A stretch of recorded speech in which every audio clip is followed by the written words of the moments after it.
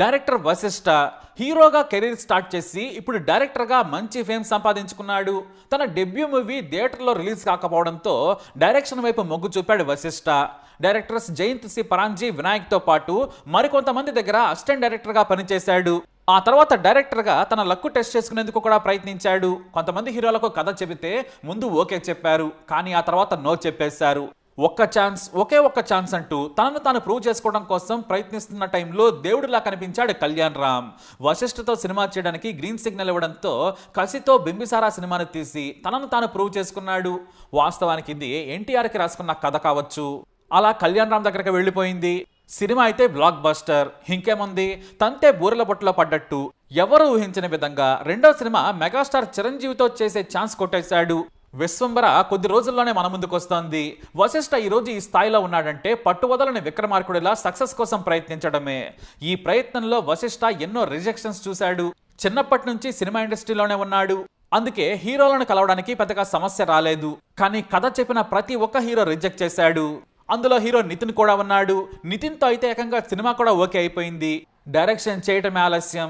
కానీ నితిన్ కూడా వశిష్ఠని సైడ్ చేసేశాడు. మరి నితిన్ చేసిన ద్రోహం ఏంటి? వశిష్ఠ అసలు పేరేంటి? కళ్యాణ్ రామ్ కి హ్యాండ్ ఇచ్చి మరి చిరంజీవితో విశ్వంబర తీస్తున్నాడా? ఈ విషయాలన్నీ కూడా ఈ స్టోరీలో చూద్దాం.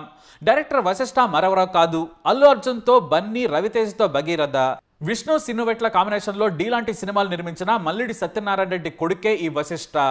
2007లో హీరోగా ప్రయత్నించాడు.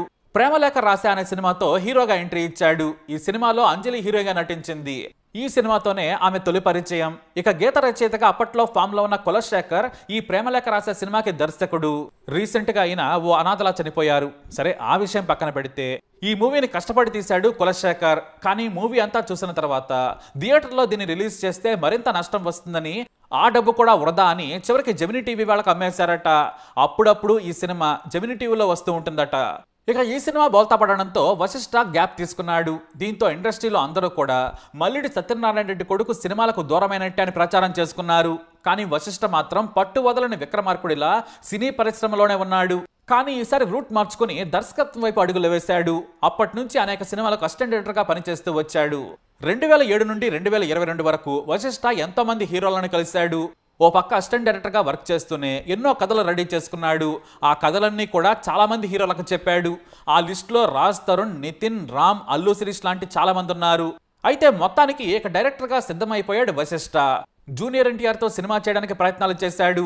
ఈ విషయాన్ని వశిష్ఠ తండ్రి అయిన మల్లిడి సత్యనారాయణ హీరో నితిన్ తండ్రి అయిన సుధాకర్ రెడ్డికి చెప్పారు.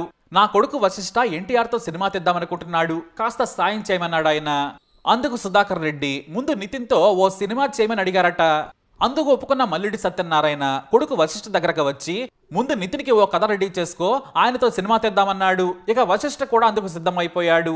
ఆ వెంటనే నితిన్కి ఓ 75 లక్షల రూపాయలు అడ్వాన్స్గా ఇప్పించారు. కెమెరామెన్గా చోటా నాయుడికి మరో 10 లక్షలు. ఇలా దాదాపుగా ఆ ప్రాజెక్ట్ మీద 2 కోట్లు ఖర్చు పెట్టారు. అయితే వశిష్ఠ చెప్పిన కథ హీరో నితిన్ ఫ్యామిలీకి నచ్చకపోవడంతో వాళ్లే ఓ కథ విని దాన్ని కొనిపించి ప్రాజెక్ట్ ఫిక్స్ చేశారు. సరే, ఆ సినిమా అయినా ఓకే అయిందనుకొని ఎలాగో అలా షూటింగ్కి వెళ్లాలనుకున్నారు. అప్పుడే నితిన్ ఆ సినిమా రిలీజ్ అయింది. అది కాస్త పెద్ద హిట్ అయింది. దీంతో ఆ తర్వాత కొత్త డైరెక్టర్తో చేస్తే నితిన్ రేంజ్ పడిపోతుందని, తర్వాత ఎప్పుడైనా చేద్దామని, ఎప్పటికైతే ఈ సినిమా చేయలేమని ఆ ప్రొడ్యూసర్ని పిలిచి పూరి జగన్నాథ్తో నితిన్ చేస్తున్న హార్ట్ అటాక్ మూవీ నిర్మాణంలో భాగమని చెప్పారు. కానీ అందుకు మల్లిడి సత్యనారాయణ ఒప్పుకోలేదు.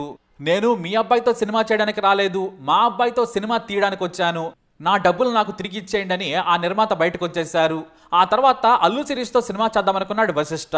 కథ రెడీ చేసుకున్న తర్వాత శిరీష్కు శ్రీరస్తు సోమస్తో హిట్ వచ్చింది. దీంతో వశిష్ఠతో కూడా ఆ తర్వాత సినిమా చేయలేదు. ఇక మల్లిడి సత్యనారాయణకి కోపం వచ్చేసింది. వశిష్ఠ దగ్గరకు వెళ్ళి నీకేం తక్కువరా, నువ్వే సినిమా తీయి, అంతా నేను చూసుకుంటానన్నారు. కానీ వశిష్ఠ దానికి ఒప్పుకోలేదు. కొన్నాళ్లు వెయిట్ చేస్తానని చెప్పాడు వశిష్ఠ. ఆ తర్వాత రాజ్ తరుణ్, రాములకు కథలు చెప్పాడు, కానీ ప్రయోజనం లేదు. రవితేజకు 2 సార్లు కథ చెప్పాడు. అవి మంచి కమర్షియల్ కథలు, కానీ సెట్ కాలేదు. ఈ టైంలోనే సినిమాల్లో వశిష్ఠ స్ట్రగుల్ అవ్వడం చూసిన అక్క పేరు మారిస్తే బాగుంటుందేమోరా అనడంతో సరే అక్క అయితే మార్చేయని చెప్పాడు వశిష్ఠ. తమ్ముడు చెప్పిన వెంటనే తమ్ముడికి ఏ పేరు సెట్ అవుతుందో అని పనిలో పడింది అక్క. కొన్ని రోజులకు ఫోన్ చేసి అన్నీ చూశాను, వశిష్ఠ అయితే బాగుంటుందని చెప్పడంతో వశిష్ఠ పేరుకు ఫిక్స్ అయిపోయారు. ఫేస్బుక్, ట్విట్టర్ అన్ని అకౌంట్స్లో ఆ పేరు మార్చేశాడు వశిష్ఠ. మరి ఎంతకీ అసలు వశిష్ఠ పేరేంటో తెలుసా? వెంకట నారాయణ రెడ్డి. ఫ్రెండ్స్ అంతా వేణు అనేవారు.